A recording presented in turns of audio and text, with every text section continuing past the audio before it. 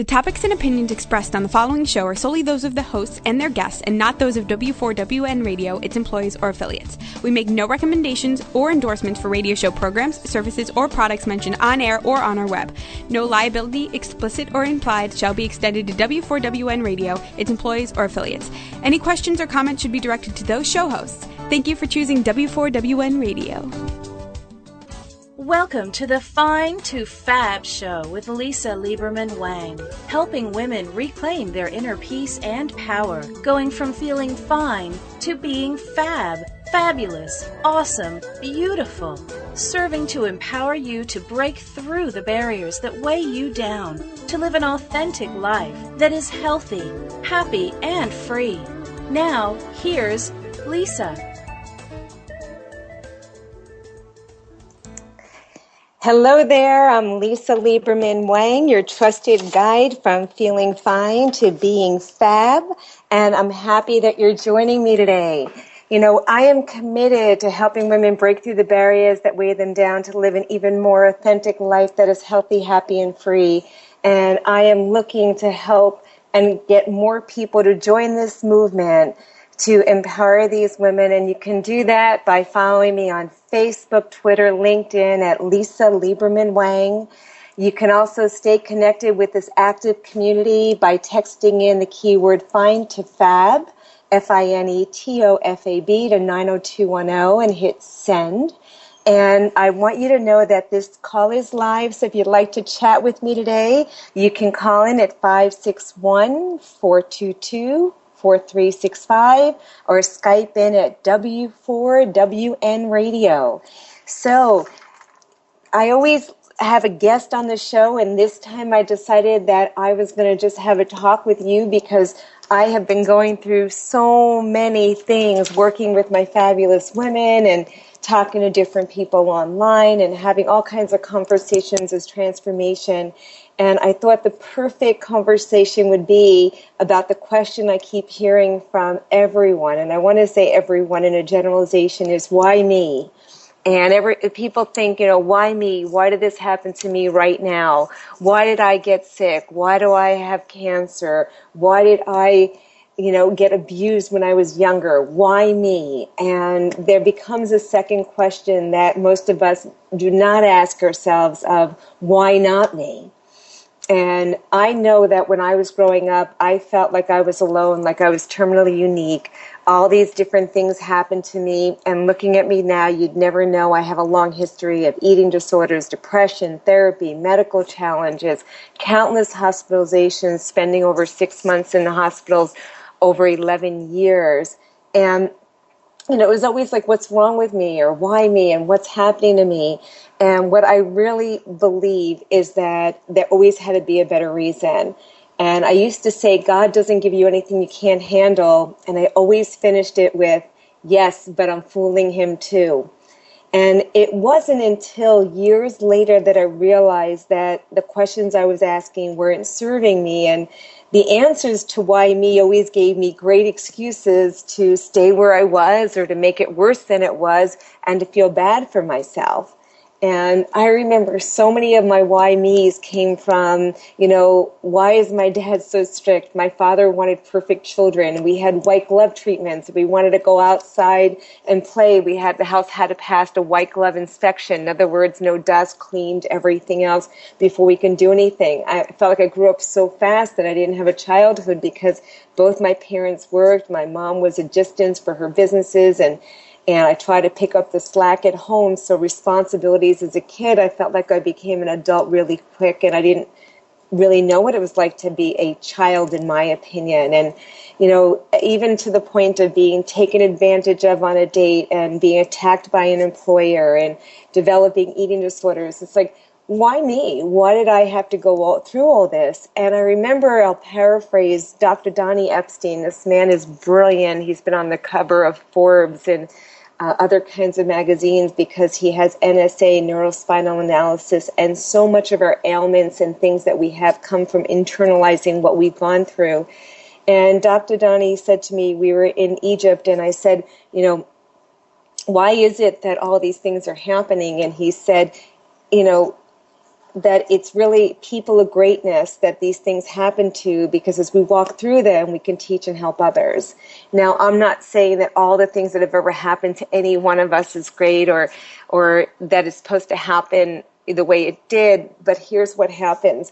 For those that can find it within themselves to be strong enough to walk through it, you actually become a conduit and a voice and a mission to serve others. And I think of it as Mother Teresa, where Mother Teresa really wasn't necessarily given much, but she gave so much. And it was really about what you can do for other people and playing a role. And I know that with thousands of people I've spoken to, so many people feel like they want to save the world and help other people, but the thing that's always lacking in all these conversations is there's always something within them that's missing, and they're doing all the work and they're trying to help other people because they haven't yet figured out how to help themselves.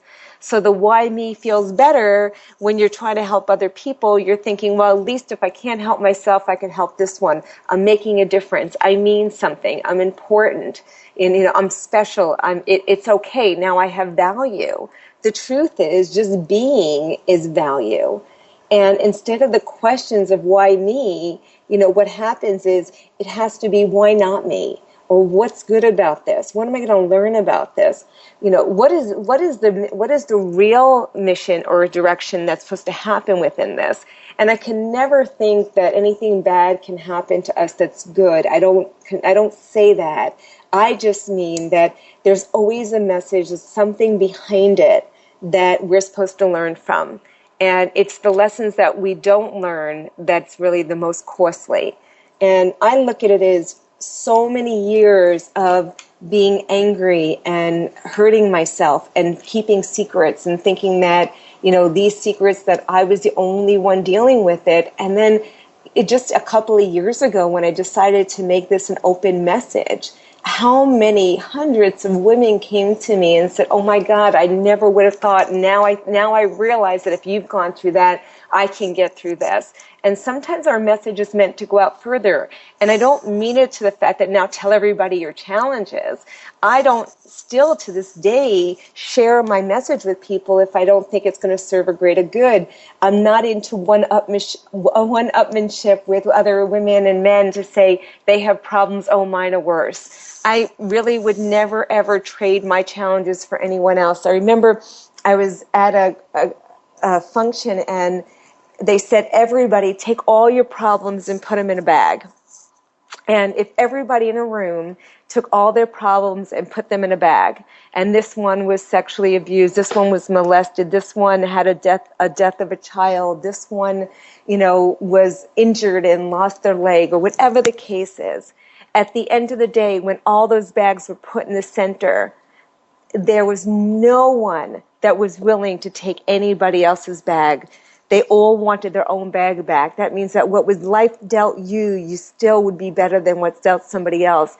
And what we think is so bad is really the definitions and the way we see it and the stories we put behind it. I can remember growing up, and even up until 5 years ago, some of the stuff that happened in my life, I thought it was so awful. I was so attached to it that I couldn't even speak about it without crying or getting emotionally teared up or anything else. And today, not that I'm made of steel or that anything big changed other than the meaning I gave it all. And I no longer live in a why me. I literally am curious and want to know, what is it I'm going to learn from this? What's the message I'm supposed to get here, God? Because I know it's more, and you wouldn't be having me go through this if there wasn't something that was supposed to be bigger than this. And I totally take things in such a different place that I'm asking better questions. And because I ask better questions, I don't feel the same pain. See, when we live in a world of why me, it's all about me. And when it's all about me, it equals pain. Pain equals self-sabotage. Think about when you go to do things and you feel bad for yourself. What are some of the things you do? When you're asking that question, usually it's, why me? And you feel bad for yourself. How am I going to make myself feel better? And then you make the excuse of, if I had a drink, I'd feel better. Because, why me? It's such a bad situation. Well, I need to feel better now. and I go for a drink. Or, you're looking for food because you're looking for something to feel better now. And I always go back to everything is when we do things in the why me world, it's all about me. The world's all about me. It's all about my problems. You don't understand. They're so big. They're so terrible. The thing that happens is sometimes people get through all that and they're good. They just get through it and they take care of the situation. But it's the aftermath when you have that, and you have time to relax, that all of a sudden, then you turn around and you want to pacify yourself to say, I got through this. I want to reward myself with something to feel better. But when we make things about ourselves, we make the focus totally about us, you'll find that you end up creating a lot of pain. And pain ends up our normal defenses is if we're in pain, we want to survival techniques come in and we want to get out of pain. So what do? Fight or flight. We're going to fight or we're going to run. So sometimes the fight can be, okay, I'm going to just go take care of it. All I got to do. But then the run becomes, I'm going to go for food. I'm going to start spending, or I'm going to use sex to make myself feel better. Whatever it is, it becomes fight or flight. But here's the best thing. When we change our focus and we stop making it about us and we start making it about others, we'll find that you can get rid of your pain.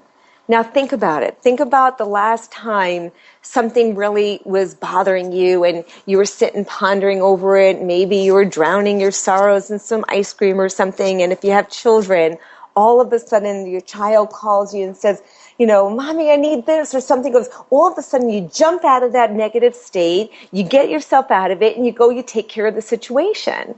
Well, that just goes to prove that we actually put ourselves in those places of why me and feeling bad for ourselves, because when we have to do something for someone else, we can take ourselves out of it. Well, if that's the case, that you can take yourself out of it, doesn't it mean that you're putting yourself in it? I look at my whole life and I say, how many things did I do to myself? And now that's pretty much a big question. Like, you think about it, we like to blame other people for where we're at. Like, I blamed my dad for years for where I was at or where I wasn't at, because I felt like if he let me do things, they wasn't so strict, I might not have gotten in some of the situations I was in. Blame my mom for not being there, for having her own business and not being there, but yet there were so many things she did that were a benefit because she had her own business. So when you start looking at all the different stories and you start taking your own responsibility, like, wow, I've made up a lot of great stories to be where I'm at. So how much of my actions are not why me, but are because of the decisions I made in those moments that I caused it to happen? How many times have bad things happened? And if you look at it honestly, you might have even created it yourself. I know I did. I know that there were situations with wanting to be liked and wanting to be in environments with certain people that I put myself in situations that I ended up compromising myself. Where in any other day, in any other situation, I never would have put myself there if it wasn't that I was trying to fill a need of being liked and be part of something. Or we feel like we're trying to fit in and we have to look and do things a certain way, yet those are some of the rules we might have made up, but nobody else told us that. Nobody else said that's what it is. And I know this to be true, that all the stuff I'm saying is stuff we do to ourselves, because I do it all the time, and I've done it in different situations. I think it just changes over time. So if you're now in a position where you're happy, but you're not actually as happy as you'd like to be, let's change the question. Instead of why me, start saying, what's good about this situation? What is it that I can get out of this? What do I really want? What do I need to be doing? How can I make this better? How can I choose to see this differently? If I wasn't standing in this situation and I was giving my friend advice, what would I be telling that person right now? How would I handle that situation? See, when we're in it, we don't see it. But when we take a step out from a different perspective, everything changes. Everything totally changes when you take yourself out of the equation. I think some of the best advice came when my grandmother said, baby, take care of your mother's daughter. I was so good at taking care of everybody else, but I did have a hard time, meaning I don't anymore, taking my own advice. So instead of saying what you always tell everybody else, oh, I have great advice for everybody else, but I don't take my own. Well, wouldn't it be nice? It's time now to take our own advice. If you would not give your best friend the advice of what you're doing to yourself right now, it's time to change what you're doing. And when you think that you're in a position where maybe your business is not where you want it to be, your career is not where you want it to be, you're saying that your boss or your associates aren't treating you properly and you don't like what they're doing, maybe it's time, instead of saying, why me and everything happens to me, is to look at what you're doing and who would you have to show up as, who would you need to be different at that moment to get a different response. Because when you start changing your actions, your behaviors, your thoughts, and you show up differently, you will be amazed how everybody else shows up differently too. I equate it to a wind chime.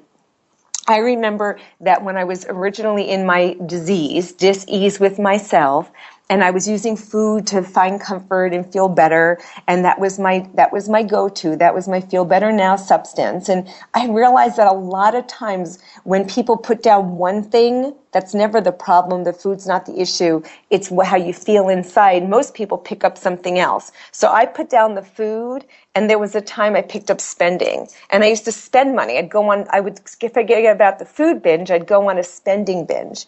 And then I realized that's not going to work very long, and I got rid of that. And then it was at the time when I was younger and I was dating. I was like, okay, let's see how much attention I can get, and let's see who'll take me out and get more dates. And then it was like, that's not working because I don't remember their names. So let's find another thing to do. And then it was like, oh, work. Work is good because if I'm a workaholic, then at least I'm making money. Money is great. That's the good. We usually switch addictions. We just go from one to another. Some people use gambling. Some people use alcohol, whatever it is you do. But here's the thing is when you stop running and you're present with yourself and you start being honest, you're going to find out a lot of things happen. One, you're going to stop needing all these other external sources to feel better. Two, when you stop reacting, that knee-jerk reaction that makes you like fight back, that fight flight, you stop reacting, you start responding, you're going to see people around you will not know how to really answer you, deal with you, change you. You're going to see they'll start changing as you change. So many of us want to change the world, but the only way to change the world is to change ourselves first. And if you change yourself and what you want, it'll start coming to you. I know I've heard so many people with The Secret, and they want to think all these things are going to come. I'm going to think, and all these things are going to come, and I make all this money. Here, guys, it's not just about your thinking, it's your actions. You need to change everything. Your thoughts, your actions, your mind, your spirit, it has to be in a whole system. But here's what happens. I equate it to a wind chime. I remember I had gotten out of the hospital. I had stopped, I'd kind of realized that there were people in my family and friends that I needed to disassociate with, that they weren't serving me, they weren't necessarily very nice to me, they were very critical or had very mean words, and, it's like from the saying, I didn't Leave It to Beaver's home where they never said a disparaging word. There were choice words used all the time that I really wasn't in favor of and didn't like. So I had to kind of turn things away. And I said, there was a time I had to literally close off parts of my family and walk away. And my family didn't like it very much. They called me some new choice words because I decided taking care of me meant getting rid of some people. And I did that for several years. But the funny thing, it was like a wind chime. It made so much noise. It was clattering, and there were so like a big wind gust comes out, and this chime, makes all this noise, and it kind of serves a ruckus, and you feel very uncomfortable, and people don't like the noise because it's just uncomfortable. It doesn't sound so pretty. But eventually, it finds its own harmony. It finds its own place. The wind kind of settles down. It now has this nice little tune, and everybody's happy. Well, that's what has to happen with you. It has to come in from you first, from thinking you're the victim and being the victim and acting the victim and then choosing to repeat history over and over again. It's changing those things. It's changing the story. There were so many times I came home, and I wasn't living at home at the time, but I'd go to see my family and they would do something I didn't care for, and I'd leave. Or somebody would call me and I'd have a conversation, and all of a sudden the voices got raised and I didn't want to go into the old behavior, so I'd hang up on them. and they'd get really angry at me, and they'd call me back. They go, "Did you hang up?" And I'm like, "Yeah." And they'd be totally shocked. I was like, "Were you mean?" They said, yeah. And they're like, well. And I was like, "No, this is part of it. If you're going to be mean, I don't choose to respond or hear it. So I'm going to hang up. You have a choice. You don't have to speak with me." I think that, I used to tell my family, treat me like a stranger. You're nicer to strangers, because a lot of times we think that we have liberties because it's family. But you know what? If you started treating people the way you wanted to be treated, you would find you yourself would enjoy being in this lifetime, and so would the people around you.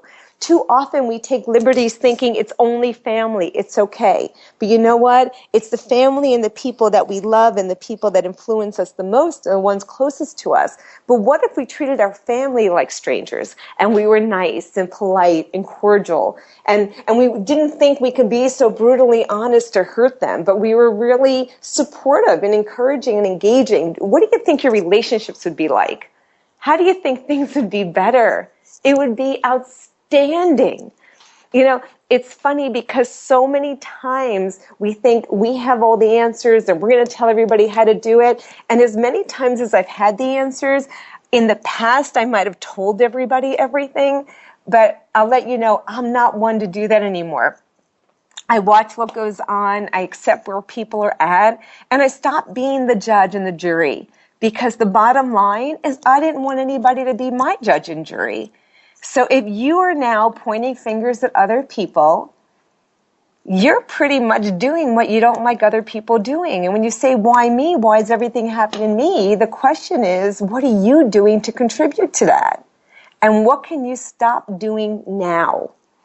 So thinking about that, there's so many different stories that come to mind of things where I thought things were happening to me.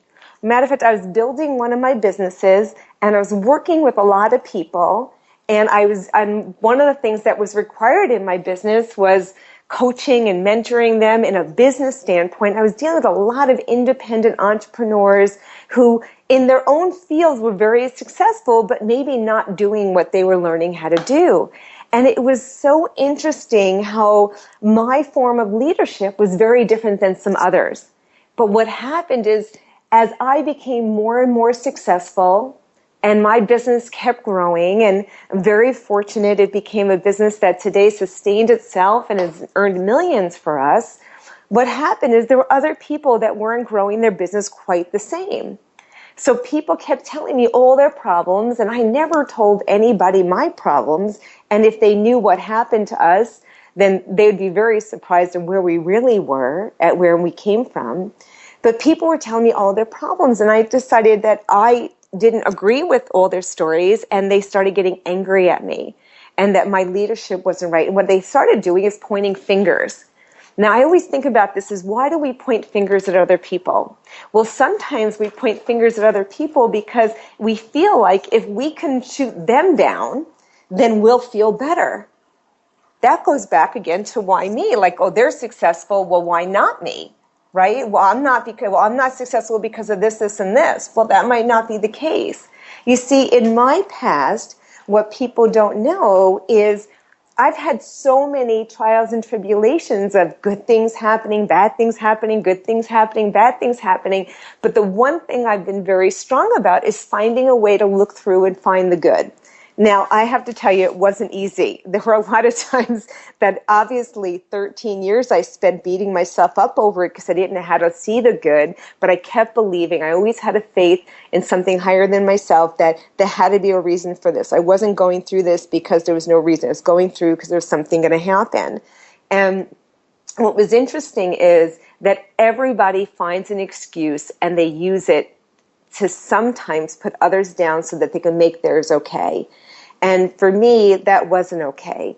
I had gone through having an incredibly successful career coming out of college. I interned with IBM, and then I ended up having my own computer consulting company, and I got accounts that were so huge, and I was working out of a basement apartment. Nobody even knew where I was working.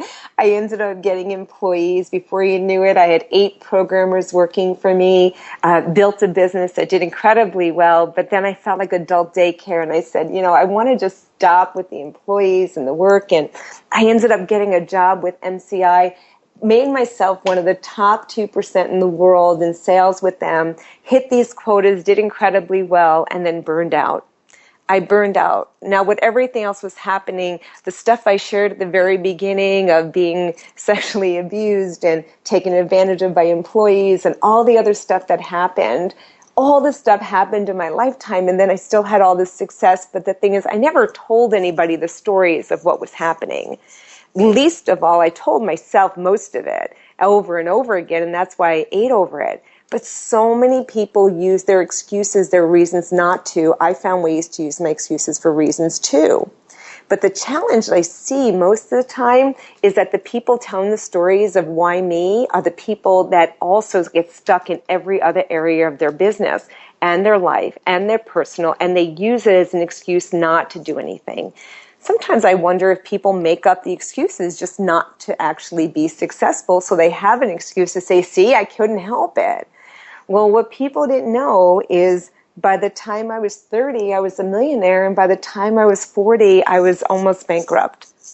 So I'm going to share more about that. We're going to go to a commercial break in just a moment, and when we get back, you'll be able to hear how you can go from rags to riches and what happens there, and how you can change some of those stories to be more empowering, more fulfilling for you to serve yourself better and the community at a higher level. So stay with us. We will be right back. If you've always wanted someone to connect with on your path to a happy, healthy you, I've got great news. In her #1 best-selling book, Fine to Fab, 7 Secrets of a Successful Woman's Journey Away from Depression, Disordered Eating, and Self-Sabotage, Lisa Lieberman-Wang shares how you can experience your breakthrough just as she did. Start living an authentic life without blame, shame, or years of therapy. Buy now at finetofab.com. Now that I have your attention, ladies, when you need help breaking through the barriers that weigh you down, turning to food is not going to help, and starving yourself along with ongoing feelings of helplessness and frustration will not help either. The cycle of self-sabotage, disordered eating, and stinkin' thinking has to stop, and there is no better way than with other smart, business-savvy women like you who are making the change with best-selling author, licensed master NLP practitioner, and trusted guide, Lisa Lieberman-Wang of Fine2Fab.com. Lisa will help you get that breakthrough you've been waiting for. Go to Fine2Fabshow.com right now for all the details of the life-changing 10-week transformational program and the special listeners promotion. It's time to turn your life from feeling fine to being fab. Fabulous, awesome, beautiful. Go to Fine2Fabshow.com now. Welcome back. Well, as I was telling you, I have an echo. As I was telling you, it's from rags to riches, and I believe there's a formula that we all have that makes it possible to change our future and not have to live in the past. And one is to get out of the past and learn to be in the present. I like this quote that I heard from Ellen Moth. It said, when you have one foot in the past and one in the future, you're pissing on today. And I have no intention on pissing on today, and I hope you don't either. And what happened is when I had my career in corporate America, I was working for MCI that later became WorldCom. And when they did become WorldCom, I had taken every opportunity to take the investments that they gave us, employee stock options, everything else. They'd match our funds that we saved. And I always put it away so that I'd have a future. And the great thing is, the stock ended up going into WorldCom. They gave us more stock, made more money, and before you know it, I'm rich. This is great. Well, I was great for a while, and then it wasn't because WorldCom went bankrupt, and they never decided to call all their investors and say, oh, by the way, we're going to be embezzling and everything else. And before you know it, I went from rags to riches, really what felt like overnight. So here, what I had put away, had ready for my retirement, my future, I had to start over. And shortly thereafter, 9/11 happens, and my husband and I had just done a lot of stuff on our home, and we had put over $250,000 just in our backyard. into pools and waterfalls and gazebos and bridges and all kinds of crazy stuff. And then before we know it, after 9/11, he was a computer consultant, and so many people ended up being out of work. They didn't want to pay consultants the prices. It was cheaper to have people as employees. And then he ends up losing his job. We end up going in debt, and we end up facing a point of almost bankruptcy, $500,000 in debt. Don't know how we're going to pay our mortgage. No money left. We overextended ourselves thinking the gravy train would never end.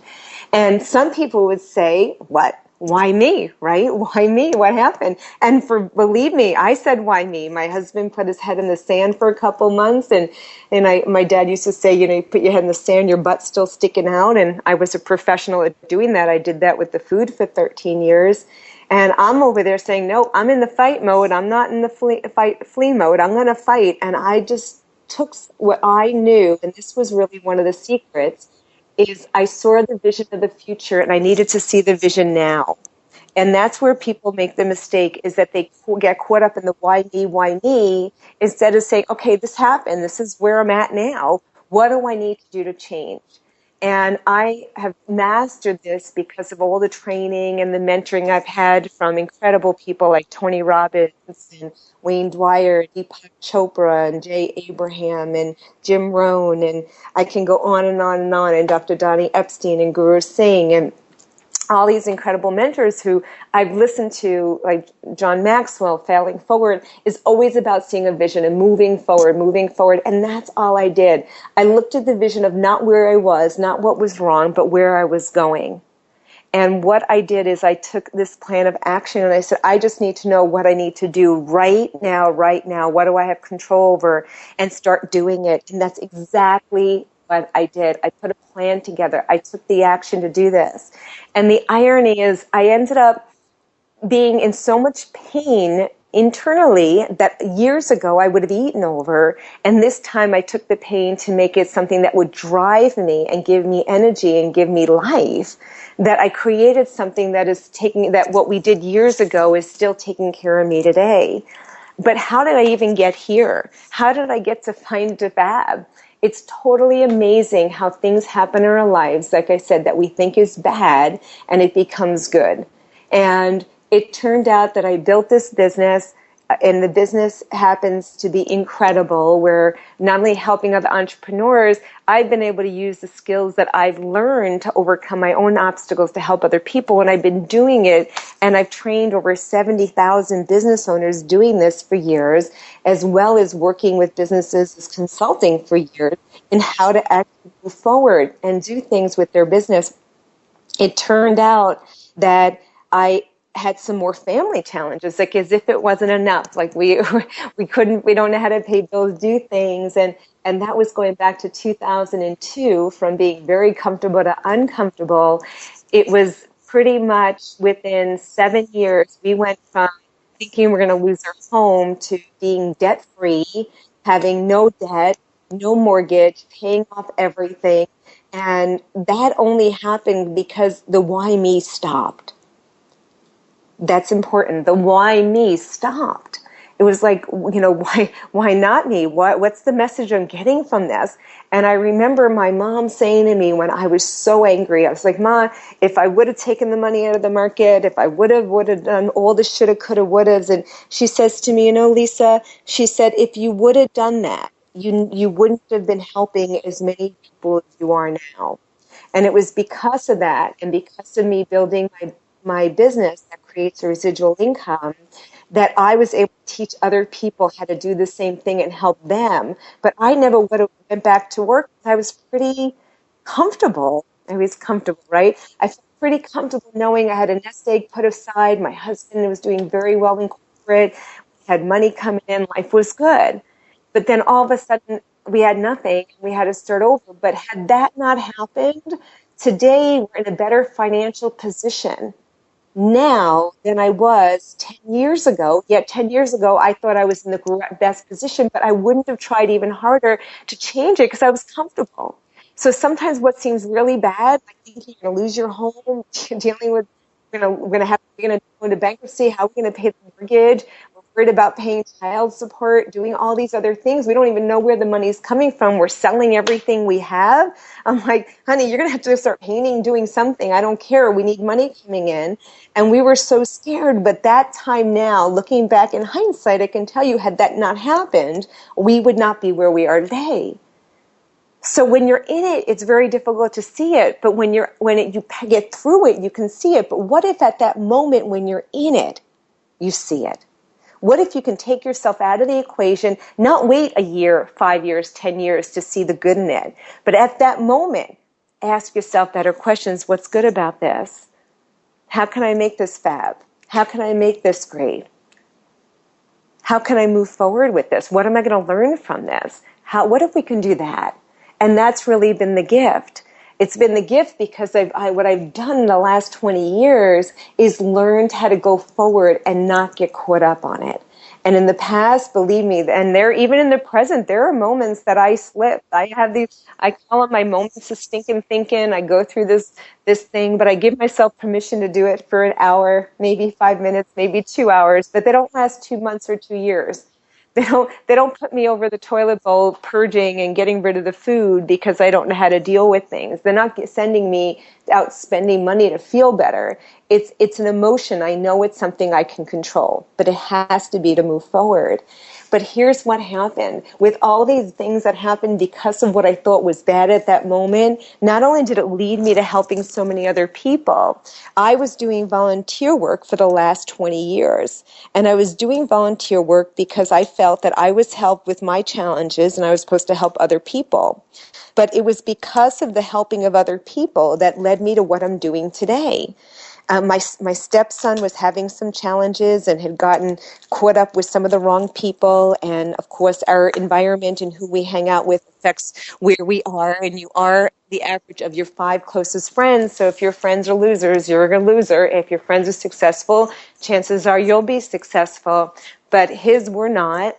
And he was definitely doing the wrong thing. And in a quest to help him, I decided that it'd be great to introduce him to Tony Robbins and bring him to an event because Tony helped me with my bulimia and some of the challenges I was dealing with and with the sexually abuse 20 years ago. So I figured if he was able to help me, this was great. He's coming to New Jersey. I'm going to fly my son in from Florida and get him some help, and this will be awesome. And it turned out that as I'm sitting in the room and I decided to bring my husband too, and it was very funny because I have been, an unbelievable student of all these masters for years and always believed in mentoring. I ended up telling my husband, it's my stepson. I said, well, I registered him. I said, and I also registered you. And my husband goes, what do I need to go? Because I've been living with Tony Robbins for 14 years. I don't need to go. And I was like, handsome, it's a little different. You're going to love it, whatever. And I just wanted to make sure he sat in the room. So it turns out that we go to this seminar and we're in the room. I'm listening. I'm like, I'm in a good place. I think I'm in a good place. I feel good. I'm looking for more. I want more. I think I'm supposed to do more because I really believe that God gave us a purpose to every one of us. I like that Deepak Chopra said, there's something that you do really well, but than anybody else in the world. And your only mission in life, and this is what he told his kids, he didn't tell them to go be a doctor, a lawyer, or anything specific. He said, your only mission in life is to find out what you do better than anyone else and go out and do it. And I said, that is so beautiful. And I always believed that I was living at a lower standard, that I knew that I was meant to do more.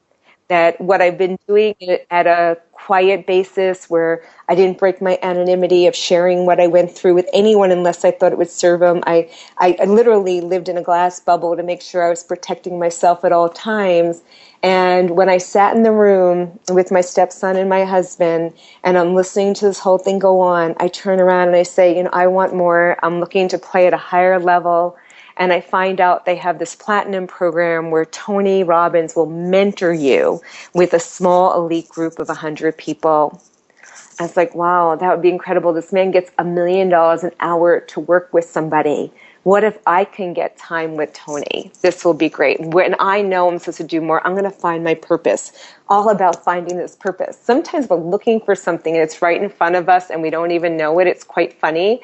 So I'm looking for my purpose and I'm thinking it's so many different things. But the challenge was I was thinking, I wasn't feeling.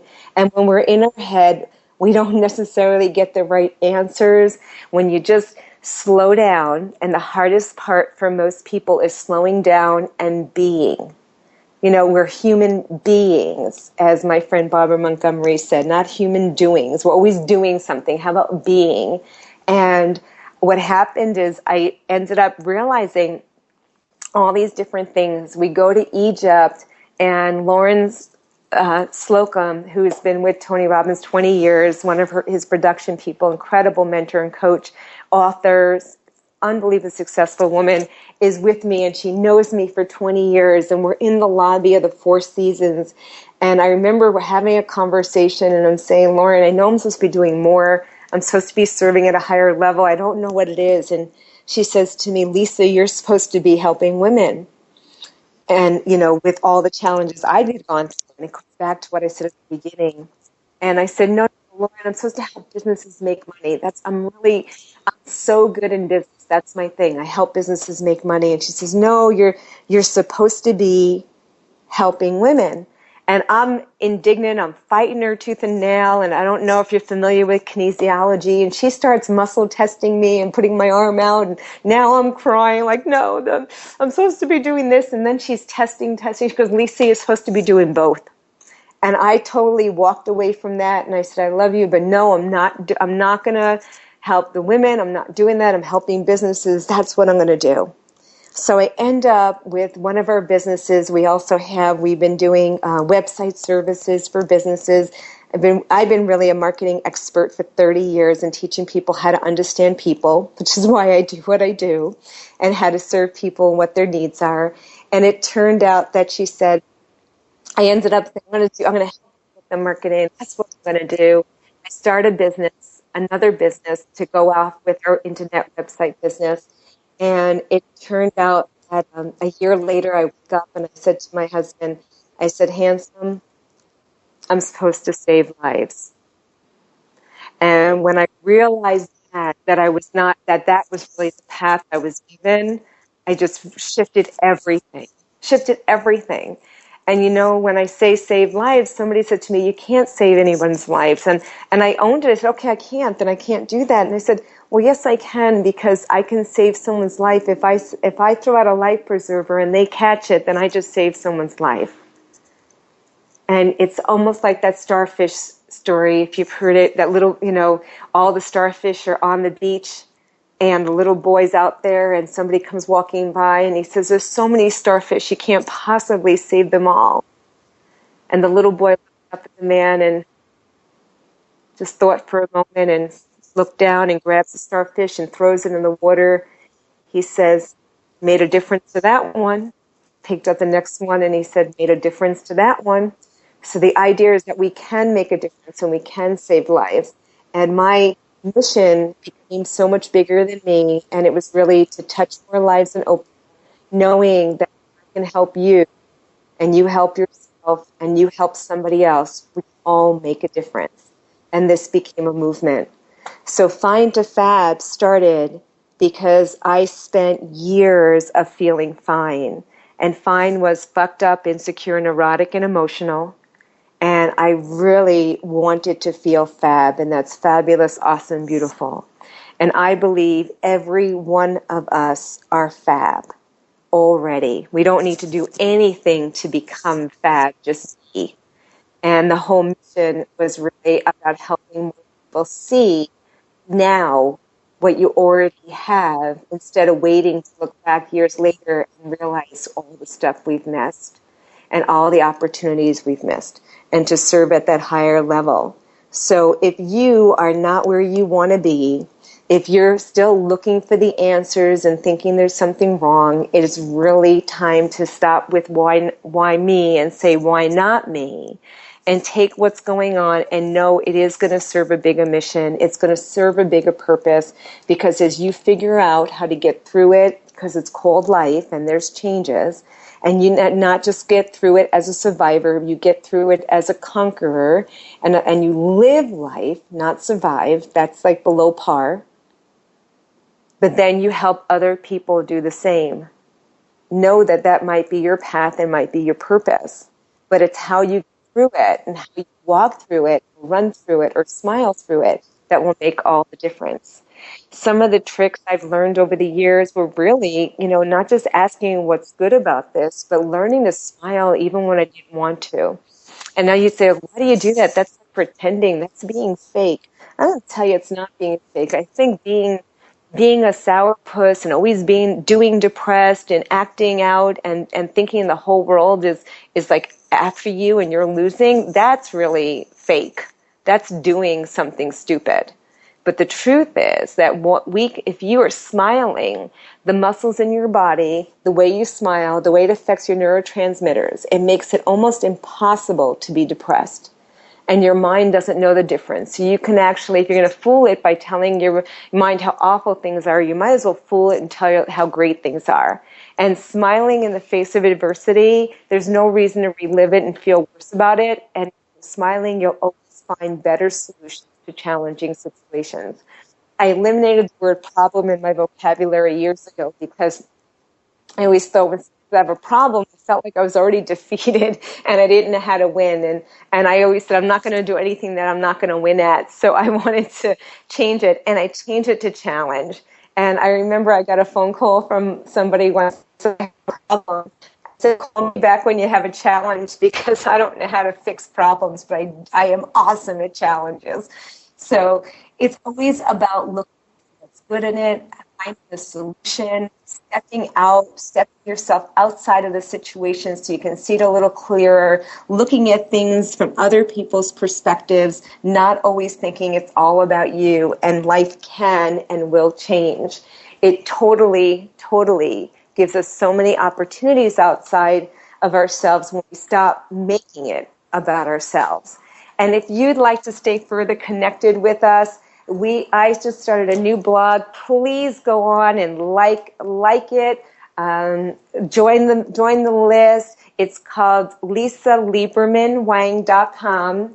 It's LisaLieberman-Wang.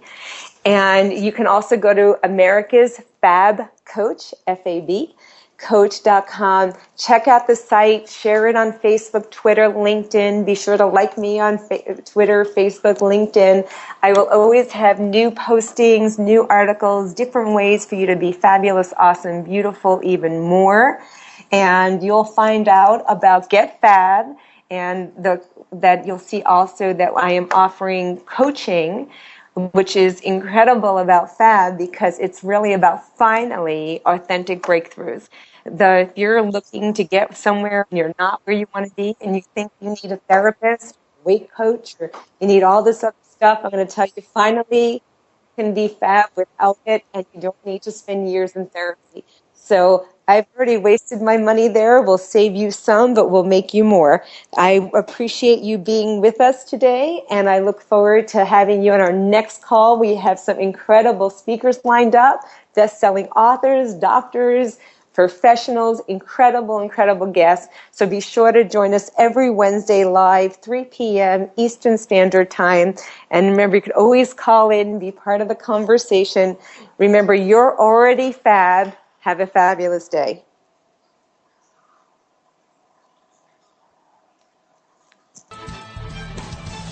Feeling tired and achy? Frustrated with allergies? Stress causing you high blood pressure? If you're ready to feel better, have more energy, maintain healthy cholesterol levels, joint flexibility and circulation, looking to reduce inflammation, support healthy glucose levels and sinus relief, plus so much more, Isotonics OPC3 is a food supplement made from a combination of bilberry, grapeseed, red wine, and pine bark extracts, and citrus extract bioflavonoids, all found to be powerful antioxidants. Oligomeric proanthocyanins, OPCs, are bioflavonoids found in fruit, vegetables, and certain tree barks that provide exceptional nutritional benefits to the human body. Studies have shown OPCs to be up to 20 times more powerful than vitamin C and 50 times more powerful than vitamin E in neutralizing free radicals. Isotonics is delivered in an isotonic solution, which means that the body has less work to do in obtaining maximum absorption, as you can drink your vitamins. No pills, binders, or fillers. Buy now at www.amillionproducts.com. Isotonics OPC3.